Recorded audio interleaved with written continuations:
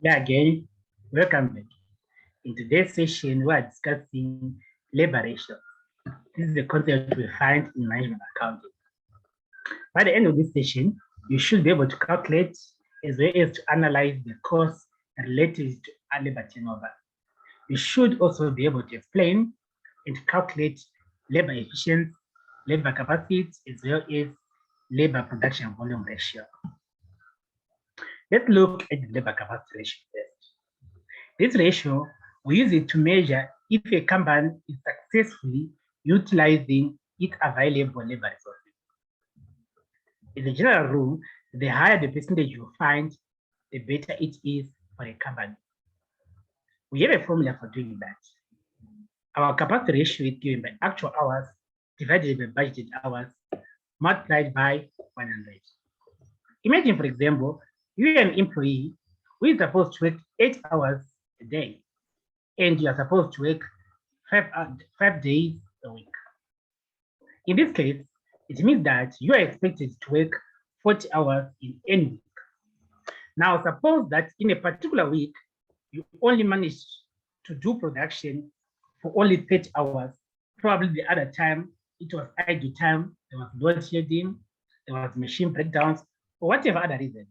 In this case, we can calculate your labor capacity by taking your actual hours at the time you worked, we divide it by the budgeted time or the budgeted hours. In this case, your actual time worked was only 30 hours, even though the company is budgeted to use you for 40 hours. We multiply this by 100 to make it a percentage, and you would see that our answer is 25%. What this means is that the company is only using 75% of the available resources. The other labor hours, they were not able to make use of them.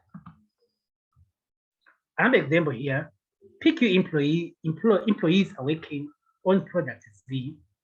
The normal production time is 0.25 minutes per unit. PQ aims to make 5,000 units of product Z on any given day. On a certain day, 6,000 units were completed in 1,150 production minutes. The standard cost is $10 per hour. Calculate the labor capacity ratio. Now our time is given in minutes, so we can give our answer is actual minutes divided by our budget minutes. It does not really matter if you're going to use minutes or hours, as long as you are consistent. If you're using hours, it should be actual hours divided by budget hours. In this case, we see that the company, they did production and they made 6,000 units. This was done in 1,150 minutes. So we can go and say our actual minutes is 1,250. We go and divide by the budgeted minutes. Our budget minutes were told information about what they were aiming or what they were budgeting to do. They were budgeting to make 5,000 units. Remember that each unit requires 0.25 minutes. So 5,000 multiplied by 0.25, it gives us 1,250 minutes. If we divide these two numbers and we multiply by 100, we get 92%. This means that PQ employees, they will use 92% of the available hours. The other 8%, we can say it was idle time. They will not be utilized. We can also calculate our labor efficiency ratio. With this ratio, we want to see how quick or how fast our employees work. Generally speaking, the quicker the employees, the better it is for the company. Thus, the higher ratio, it indicates that the employee performance is also high. We have a formula for doing that, which says efficiency is given by expected hours divided by actual hours. To make the percentage, we also multiply by 100.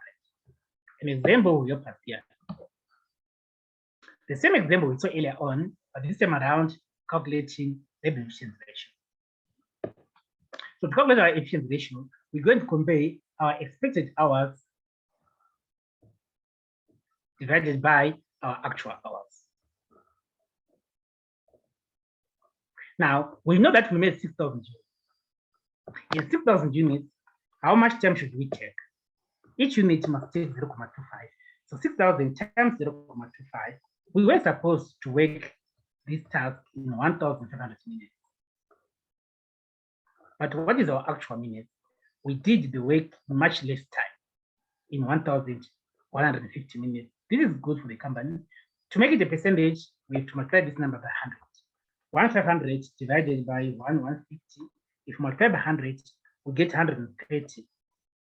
130,43%.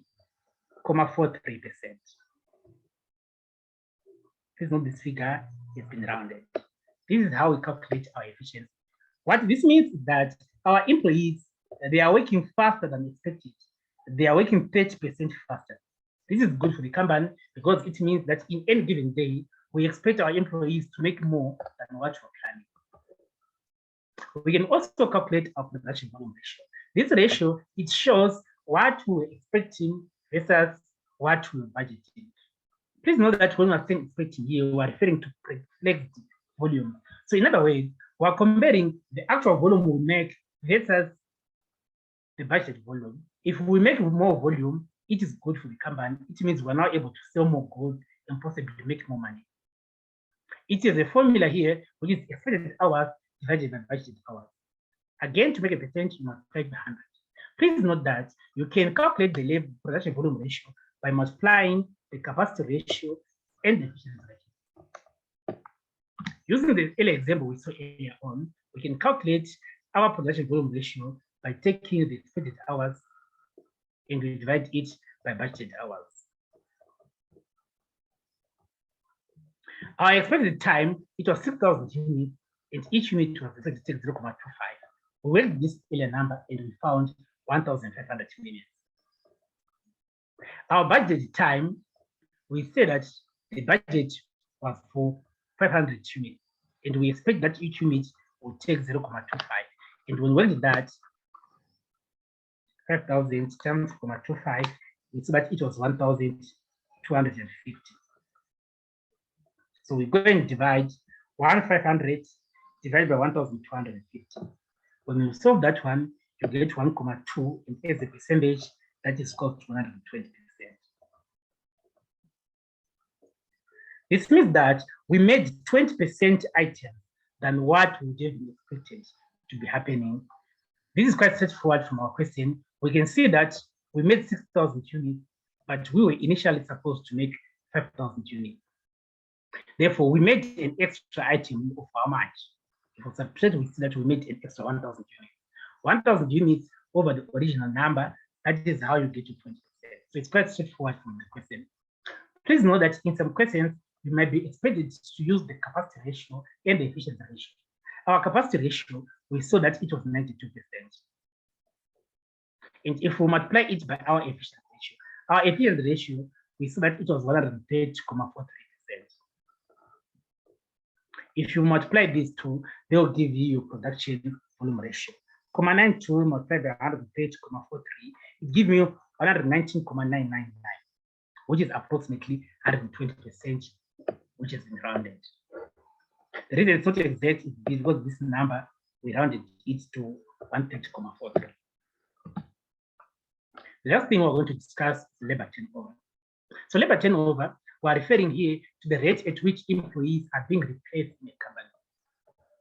As soon as a formula did a typo there, we must write replacement, that is those employees who are getting, divided by the average employees, and again, to make it a percentage, multiply by 100. In the general rule, a company does not want its employees to leave so quick. So a high labor turnover is a no. In the same measure, we don't want our employees to join the company and stay forever. A very low labor turnover is also a no. In other words, we prefer to have an average labor turnover.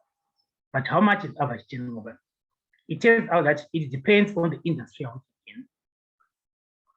If everyone else, their labor turnover is 14%, everyone else in the company in the industry 14%, and your labor turnover is 50%, it means that your employees are leaving too quick, and this can indicate a problem. On the other hand, if your labor turnover is 1%, it also indicates that your employees are not leaving, and again, this can be a problem. For example, the employees are not leaving because they know that they're not being managed. They're being paid for doing nothing, so they will not leave. Let's look at an example of how to calculate labor turnover. PQ employees at 800 employees at the beginning of the year. During the year, 25 employees left, while 4 employees died. PQ hired 40 employees during the year. Calculate the labor turnover. So the first thing, we need to know how many replacements do we have. Our replacements are given as 40. We go and divide by our average employees. To get our average employees, we need to know the employees at the beginning and also at the end. At the beginning, we were told here that we got 800 employees. However, the way changes. We are given 25 employees left and also given 4 employees died. In other words, on the 800 we started with, we lost 25 and we lost 4. We are left with 771. Then we hired a new 40 employees. This takes us to 811 employees. Our average, we have to add these two numbers and divide by 2. So 811 plus 800, if you divide by 2, you get 805.5 employees. Now, to make this a percentage, we multiply that by 100. So 40 divided by 805.5 multiplied by 100, we see that our labor employees here, it's 40 divided by 805.5 multiplied by 100, that is 4.96%.